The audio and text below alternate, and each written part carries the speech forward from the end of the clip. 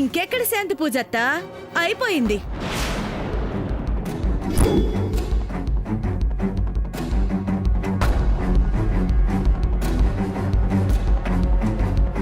స్వామీజీతో మొరపెట్టుకొని ఆయన్ని వేరే ఏదన్నా ఉపాయం చెప్పమని ఆయన కాళ్ళ మీద పడదాం.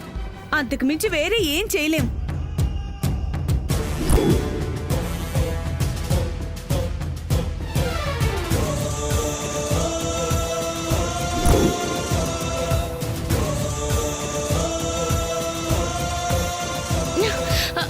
గాయత్రి గారు,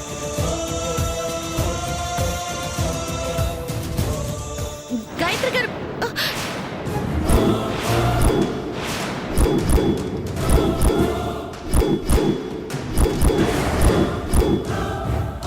ఏంది గంత టెన్షన్ ఉన్నావు? పోలీసులను చూసి టెన్షన్ పడేటోళ్ళు క్రిమినల్స్ మాత్రమే. నువ్వెందుకు ఇట్లా టెన్షన్ పడుతున్నావు? మీ పోలీసులు అందరినీ అనుమానిస్తారని తెలుసు, కానీ ఇలా ప్రతిదానికి అనుమానిస్తారని ఇప్పుడే అర్థమైంది. నువ్వు గిట్లా టెన్షన్ పడుతుంది నిజమే కదా. అయినా నేరం చేసి టెన్షన్ పడుతున్నావని నేను అనట్లేదుగా. గుమ్మడికాయలు దొంగెవరంటే భుజాలు తడుముకున్నట్టు నువ్వెందుకు గిట్లా జరుకవుతున్నావు? అంటే టెన్షన్ నేరం చేస్తేనే వస్తుందా? వేరే విషయంలో రాదా? బానే మాట్లాడుతున్నావు గాని ఎక్కడికి పరిగెడుతున్నావు? అది మీకు చెప్పాల్సిన అవసరం లేదే. కామన్ మ్యాన్ గా నా ఇష్టం వచ్చిన చోటుకి వెళ్లే ఫ్రీడమ్ నాకుంది. అసలు మీరు నాకెందుకు అడ్డొచ్చారో ముందు అది చెప్పండి. యాక్చువల్లీ నేను నిన్ను క్వశ్చన్ చేయడానికి వస్తే నువ్వు నన్ను గిట్ల క్వశ్చన్ చేస్తున్నావా? తెలివైన దానివే, అర్థమవుతోంది. ఓకే, పాయింట్కి వస్తాను. మీ డాడీ వజ్రపాటి రంగారావు గారిని మర్డర్ చేశారని చెప్పిన ఏకైక సాక్షి శంకర్ శాస్త్రి గారు. ఆయన చనిపోయారు. ఆయనది సహజమరణమని మేమనుకున్నాం. ఆ తర్వాత ఎంక్వైరీ చేస్తే మర్డర్ అని అనుమానం కలిగింది. శవాన్ని తీసి పోస్టుమార్టం ఇట్లా చేస్తే ఆయనది నార్మల్ డెత్ కాదని అనిపించింది. ఒక ఆయుధంతో చంపబడ్డారని తెలిసింది.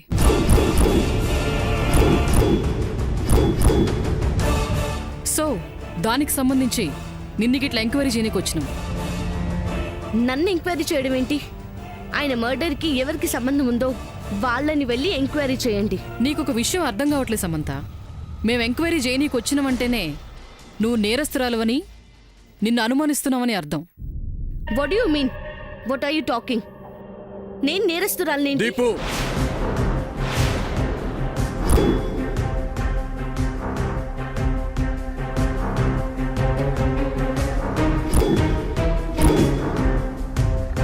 ఏమైంది దీపు?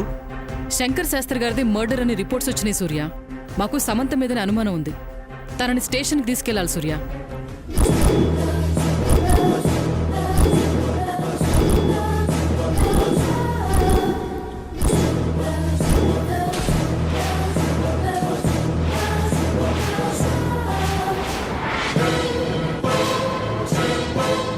దీపు, నేను నీకు చెప్పిందేంటి, నువ్వు చేస్తుందేంటి? నిన్ను అసలు నేరస్తులు ఎవరో పట్టుకోమంటే సమంతాన్ని నేరస్తురాలుగా క్రియేట్ చేస్తున్నావేంటి? నువ్వు గట్లా చెయ్యమన్నా నేను చెయ్యను సూర్య. మరి తన మీద ఎందుకు అనుమానం పడుతున్నావు? అనుమానం ఉంది కాబట్టి.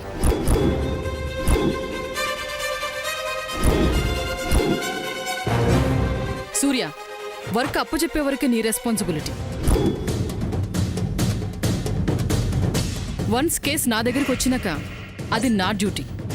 మాకు తెలుసు ఎవరు నేరస్తులో, ఎవరిని అరెస్ట్ చేయాలో, ఎవరిని ఇంట్రాగేట్ చేయాలో, ఎవరిని ఎంక్వైరీ చేయాలో. యూనిఫామ్లో ఉన్నప్పుడు ఎవరైనా నాకు కామన్ పీపులే. సివిల్లో ఉంటేనే నువ్వు నా ఫ్రెండ్వి. ఇప్పుడు నేను నా డ్యూటీ మీద వచ్చినా, ఓకేనా? ఓకే ఓకే సిఐ దీపిక గారు, నేను చెప్పదలుచుకుంది ఏంటంటే, మీరే చెప్పినట్టు మీకు సమంత అనుమానితురాలు మాత్రమే, నిందితురాలు కాదు. నేరం చేశారని రుజువు అయితేనే నిందితులు అంటారు. బహుశా మీరు ఆ ముఖ్యమైన విషయాన్ని మర్చిపోయినట్టున్నారు. నిందితులను మాత్రమే అరెస్ట్ చేస్తారు, అనుమానితులను ఎంక్వైరీ మాత్రమే చేస్తారు. ఎస్, నేను గందుకునే వచ్చిన. సమంతను అనుమానిస్తున్నా.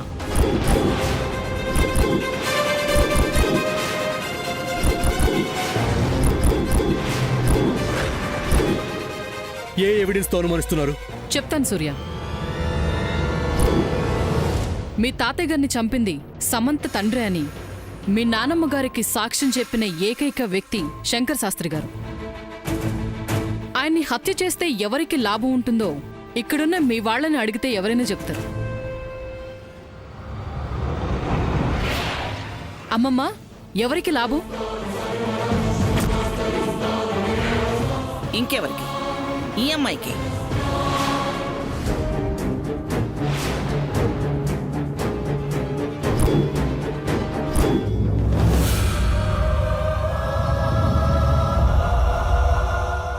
డెఫినెట్ గా సమంతకే. ఎందుకంటే గ్రాండ్ మాకి మాత్రమే నిజం చెప్పిన ఆయన ఏదో ఒక రోజు పోలీసులకు చెప్తే సమంత డాడ్ జైలుకు వెళ్తాడు కదా. కరెక్ట్. అర్థమైందిగా సూర్య. వాళ్ళ నాన్నని కాపాడుకోనీకి శంకర్ శాస్త్రి గారు బ్రతికుంటే ఏ రోజుకైనా డేంజర్ అని భావించి సమంతనే ఆయన్ని చంపింది లేదా చంపించింది.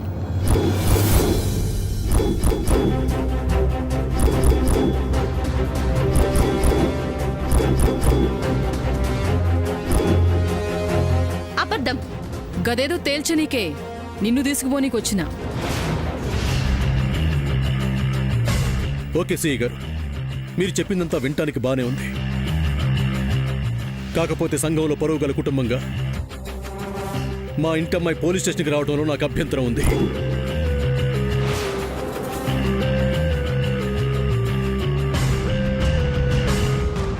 దానివల్ల మా పరువుకు నష్టం వాటిల్లుతుందని నేను ఫీల్ అవుతున్నాను. కాబట్టి ఆ చేసే ఎంక్వైరీ ఏదో పోలీస్ స్టేషన్కి తీసుకువెళ్లకుండా చేస్తే బాగుంటుందనుకుంటున్నాను. ఇది కామన్ మ్యాన్ గానే అడుగుతున్నాను, not your friend. Okay, I agree Surya. సిఐగా కాదు, నీ ఫ్రెండ్గా. ఎందుకంటే మీ కుటుంబం పరువుకు నష్టం వస్తుందని అడుగుతున్నావు కాబట్టి. వజ్రపాటి కుటుంబానికున్న గౌరవం ఏంటో తెలుసు కాబట్టి ఒప్పుకుంటున్నాను.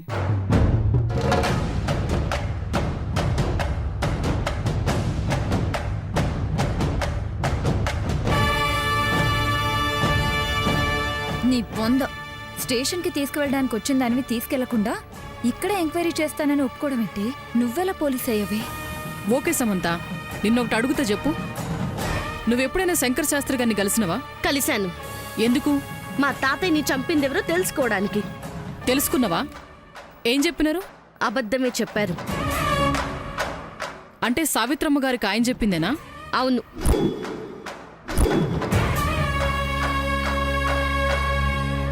అది అబద్ధమని నువ్వెట్లా చెప్తున్నావు? అది నిజం కాదు కాబట్టి. నిజం అన్నీకి నీ దగ్గర సాక్ష్యాలున్నాయా?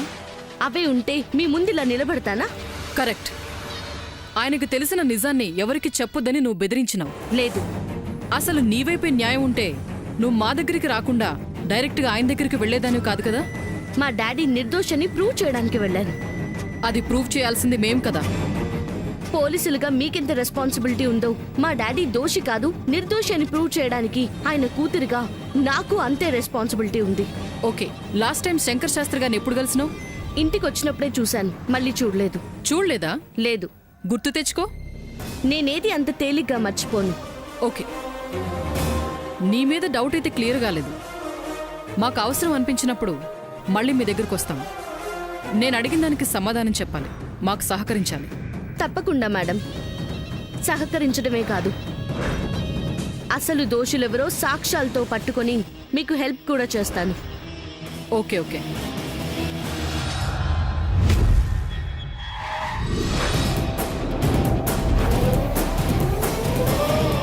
ఇక నేను ఉంటా సూర్య.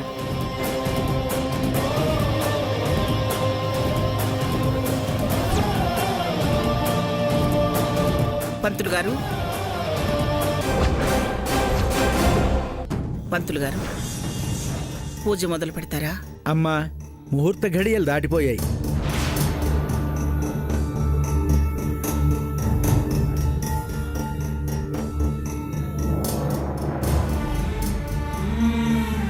ఇప్పుడు చేసినా ప్రయోజనం ఉండదు. మరో రోజు చేసుకుందాం. ఇంకా ఎందుకు నా మొహం చూస్తారు? పదండి, మీరనుకున్నదే అయింది. బయలుదేరండి.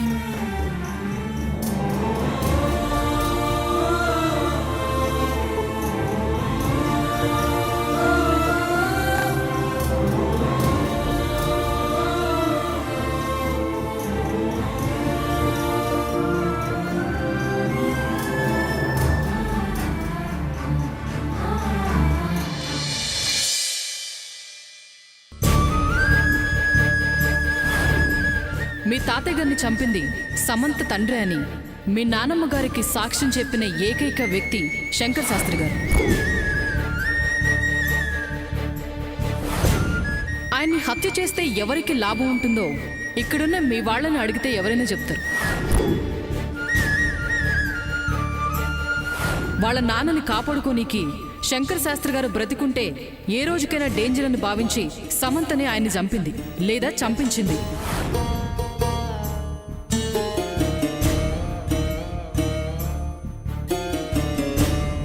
అత్తయ్య గారు చూసారా, అది శాంతి పూజ చేస్తానని మనల్ని నమ్మించేంత మోసం చేసిందో. అది చేయదు అని నేను మొదటి నుంచి చెప్తూనే ఉన్నాను, మీరే వినలేదు. వాడు తెలుసుకోవడం లేదు. దాన్నే నమ్ముతూ బంగారం లాంటి వాడి జీవితాన్ని నాశనం చేసుకుంటున్నాడు. ఇంతమంది ఉన్నా ఏమీ చేయలేకపోతున్నాం. ఇంటి వారసుడు, వాడికి తోడన్నదే లేకుండా ఏకాకిగా మిగిలిపోతాడేమోనని భయంగా ఉంది అత్తయ్య గారు.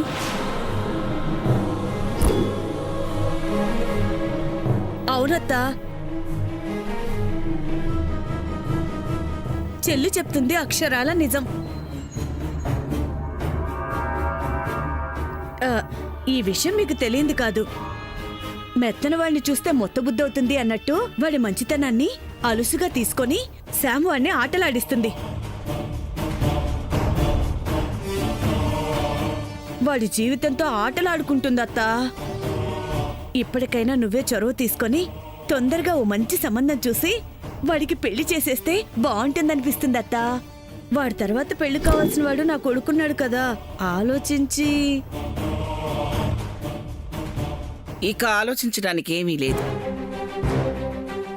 జరిగిన అవమానం, పడ్డ మాటలు చాలు. నిర్ణయించేశాను. ఉదయమే అది అమల్లోకి వస్తుంది.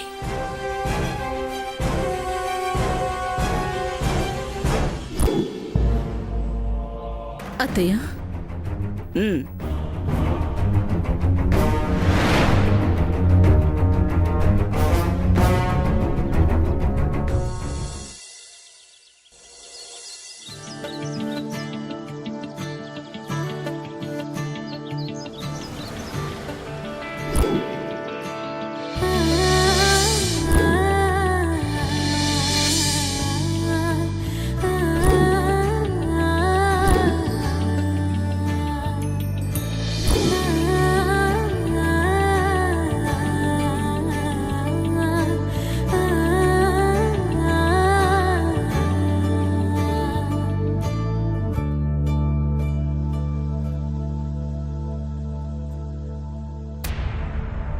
ఎవరండి? వజ్రపాటి సావిత్రమ్మ గారు ఉన్నారా? ఉన్నారు, పిలుస్తానుండండి. గ్రాండ్మా, గ్రాండ్మా, గ్రాండ్మా, గ్రాండ్మా ఎవరో వచ్చారు. నమస్కారం కోటేశ్వరరావు గారు. నమస్కారం అమ్మా. నా కూతురు మైత్రి. నమస్కారం అండి. నమస్కారం కోటేశ్వరరావు గారు. నా పెద్ద కోడలు. నమస్కారం అమ్మా. నా చిన్న కోడలు జయంతి. నమస్కారం. నమస్తే. నా పెద్ద కొడుకు. నమస్తే అండి. నా మనవరాలు. ఇక విషయానికి వస్తే, సూర్య,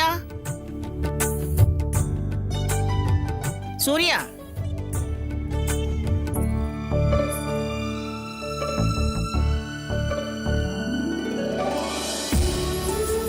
కోటేశ్వరరావు గారు నా ముద్దుల మనవడు.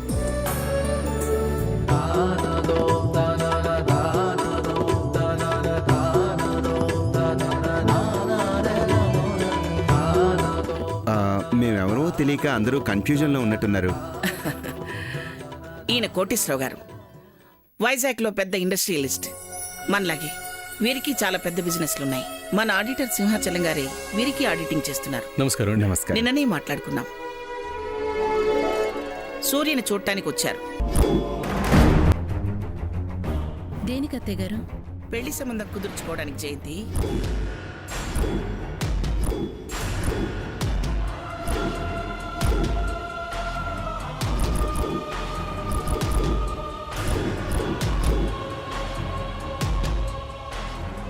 నాయనమ్మ, నీతో మాట్లాడాలి.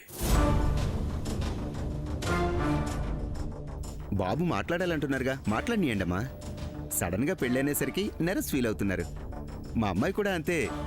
రాత్రి నుంచి తెగ ఇబ్బంది పడుతోంది. నేనే మీ మంచితనం గురించి చెప్పి తీసుకొచ్చాను. మీరు మాట్లాడండి.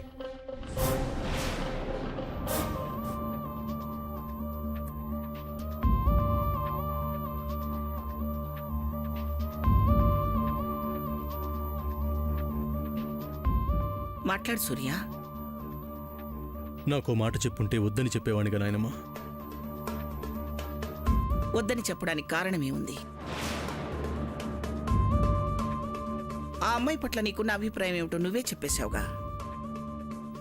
ఇక మీ మధ్య ఏ సంబంధం లేదని నువ్వే అన్నావుగా. దాని బుద్ధికి గట్టిగా సమాధానం కూడా చెప్పావుగా. అన్ని మాటలు నువ్వు మాట్లాడిన తర్వాత నీతో ఓ మాట చెప్పాలని నేనెలా అనుకుంటాను? నేను ఇక్కడున్నానని మర్చిపోయారా గ్రాండ్మా?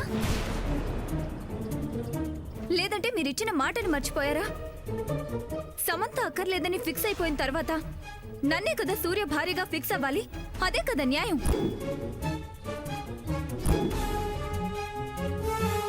న్యాయాన్ని నేనెప్పుడు తప్పను సామాన్య. నేను మాటిచ్చిందేమిటి? ఇద్దరిలో సూర్య ఎవరిని తీసుకొచ్చి పెళ్లి చేసుకుంటానన్నా వారినే ఇచ్చి పెళ్లి చేస్తానని చెప్పాను. ఆ అమ్మాయిని వద్దన్నవాడు నిన్ను కాదని చెప్పలేదుగా. అప్పుడు చాయిస్ నాకిచ్చినట్టేగా. అందుకే నేను ఈ నిర్ణయం తీసుకున్నాను. తప్పే ఉంది? నాకు నా మనవడే ముఖ్యం.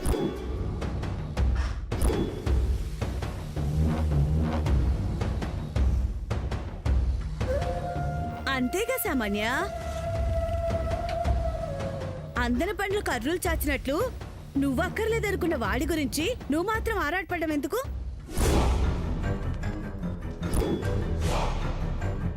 నీకేం తక్కువని?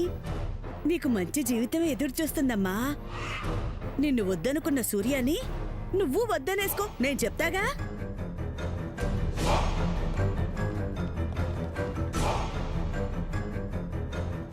ఏం చెప్తావక్క? ఎప్పటినుంచో నా కొడుకు మీద సామాన్య పెంచుకున్న ప్రేమ ఇప్పుడు సడన్ గా వద్దంటే పోతుందా? వాడికి ఇష్టం లేకపోతే ఏం చేస్తాం చెల్లి?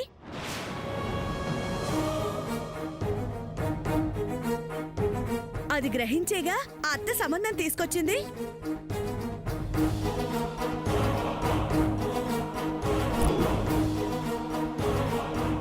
అదంతా వదిలేయండి.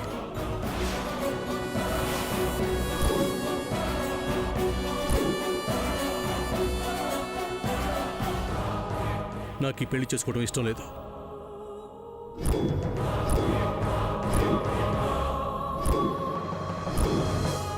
ఎందుకు ఇష్టం లేదు? ఎందుకంటే నా మనసులో ఉన్నది శ్యామ్ కాబట్టి, తనే నాకు కావాలి కాబట్టి.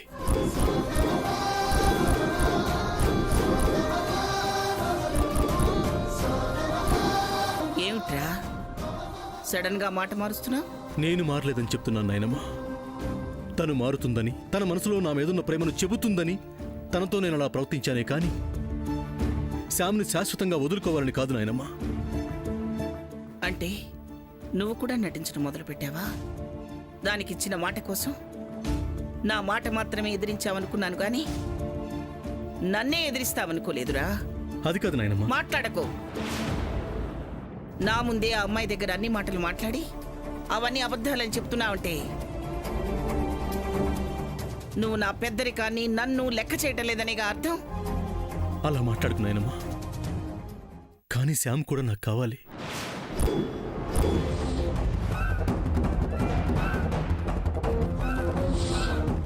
అది నువ్వు అక్కర్లేదని నీ ముఖం మీదే కుండ బద్దలు కొట్టినట్టు చెప్తుంటే ఏమాత్రం పట్టించుకోకుండా నువ్వు అదే కావాలంటావేమిట్రా? సూర్య, ప్రేమ అనేది ఇద్దరికీ ఉండాలిరా. ఒక్కరికే ఉంటే ప్రయోజనం ఉండదు. అసలు నీకు ఇంకా ఎందుకు అర్థం కావటం లేదో నాకు అర్థం కావటం లేదు. లేదు నాయనమ్మ, శ్యామ్కి నేనంటే ప్రేమ ఉంది. ఉన్నట్టు ఆ అమ్మాయి మాటల్లో కనిపించలేదుగా. ఉం? ఉంటే నువ్వు అంతగా రియాక్ట్ అయిన తర్వాత అయినా రియలైజ్ అయ్యేదిగా. అలా జరగలేదు అంటే ఆ అమ్మాయికి నువ్వు అక్కర్లేదనే నిన్ను వదిలేసింది, వదిలించుకుంది.